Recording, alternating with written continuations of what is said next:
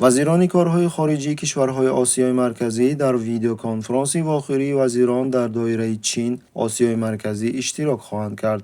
در این خصوص خدمات مطبوعاتی وزارت کارهای خارجی ازبکستان خبر داده است.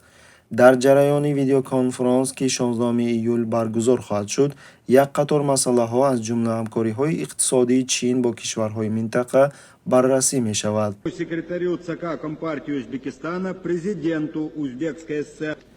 یادداشت می‌کنیم که از زمان پادشاهی روسیه تا به امروز آسیای مرکزی کاملا زیر حکمرانی کرمل قرار داشت که آن را هم در سیاست خارجی و هم داخلی این کشورها دیدن ممکن است.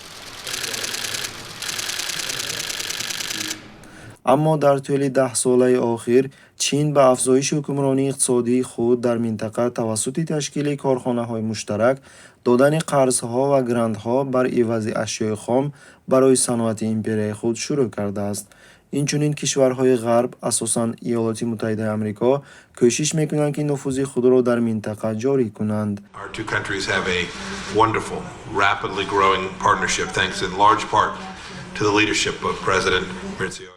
اساساً چنین کوشش غرب در لایحه‌های گوناگون فرهنگی، اقتصادی، گومانیتاری و اینچنین لایحه‌ها در ساحه حربی در دایره مبارزه علیه تهدید گویان تروریسم در منطقه ظاهر می‌شوند.